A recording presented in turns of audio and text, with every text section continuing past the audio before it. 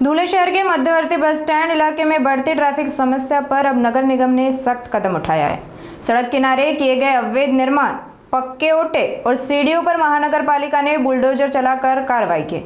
इस कार्रवाई के बाद bus stand जाने वाला मुख्य मार्ग अब पहले से ज्यादा खुला हो गया है। इन अवैध ओटों और सीढ़ियों के कारण सड़क संकरी हो गई थी, जिससे एसटी बसों, वाहनों और पैदल यात्रियों को परेशानी का सामना करना पड़ रहा था।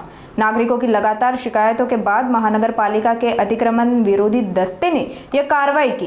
प्रशासन का कहना है कि इस कार्रवाई से बस स्टैंड परिसर में यातायात व्यवस्था बेहतर होगी, यात्रियों को राहत मिलेगी और बारिश के मौसम में नालियों की सफाई व पानी निकासी भी सुचारू रूप से हो सकेगा।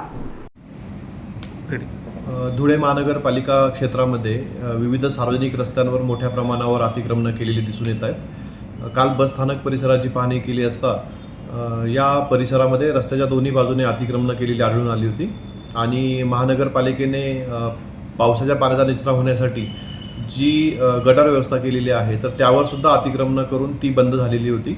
यामुळे आज विशेष मोहीम राबवून या परिसरातले अतिक्रमण हटवण्यात आलेले आहेत। यासोबत बस स्थानक परिसराचं सुशोभीकरण सुद्धा आम्ही महानगरपालिकेच्या वतीने हाती घेतलेलं आहे।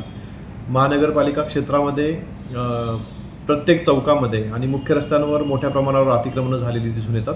महानगरपालिका आता येणाऱ्या सोमवारपासून संपूर्ण महानगरपालिका क्षेत्रामध्ये अशी मोहीम हाती घेणार आहे। त्यामुळे ज्या नागरिकांनी महानगरपालिकेच्या सार्वजनिक रस्त्यांवर अतिक्रमण केलेली आहेत किंवा सार्वजनिक भुयारी गटर असेल किंवा ओपन गटर असेल त्यावर अतिक्रमण केलेली असतील तर त्यांनी ती काढून घ्यावीत आणि महानगरपालिका क्षेत्रामध्ये बंद टपऱ्यांचं प्रमाणसुद्धा मोठ्या प्रमाणावर दिसून येतं। तर मी या सर्व टपरीधारकांना आवाहन करेल की ही मोहीम चालू होण्यापूर्वी आपल्या टपऱ्या आपल्या खाजगी जागेमध्ये हलवाव्यात, नाहीतर महानगरपालिकेमार्फत त्या जप्त करण्यात येतील।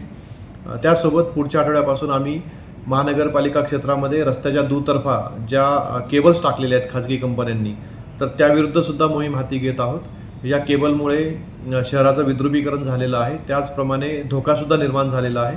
या केबल्स खाली आल्यामुळे एखाद्या प्रवास करणाऱ्याला जीवित किंवा वित्तहानीचा धोका संभवू शकतो। तर ह्या केबल्ससुद्धा या सर्व कंपन्यांनी हटवाव्यात असं मी महानगरपालिकेच्या वतीने त्यांना आवाहन करतो आहे।